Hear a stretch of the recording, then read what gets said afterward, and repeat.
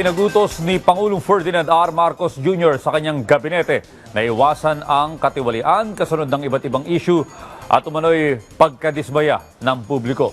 Samantala, nakatakda namang bumiyahe ang Pangulo papuntang Amerika para sa isang 4-day working visit. Ang detalye sa report ni Clazel Pardilla.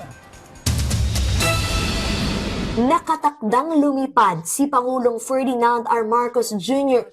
patungo ng Amerika para sa 4 na araw na working visit. Dadalo ang presidente sa ika-70 sesyon ng Commission on the Status of Women ng United Nations. Si sentro ang talakayan sa pagpapalakas ng gender equality, pagsulong sa karapatan ng mga kababaihan sa buong mundo, at pagpapalawak ng akses sa hustisya.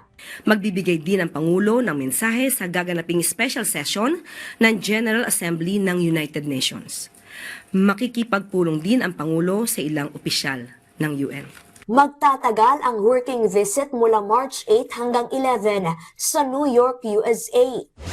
Inatasan ni Pangulong Ferdinand R. Marcos Jr. ang kanyang mga kabinete na pagbutihin ang paglilingkod sa bayan. Direktiba ng Presidente, iwasan ang katiwalian at gawing prioridad ang interes ng bawat Pilipino. Una nang iginiit ng Malacanang na nakatuon ngayon si Pangulong Marcos sa pagbangon ng ekonomiya habang patuloy na hinahabol ang mga nasa likod ng maanumalyang flood control projects. Sa lahat po ng kabinete, pagbutihan ang trabaho, umiwas sa issue ng korupsyon, at pagandihin nila ang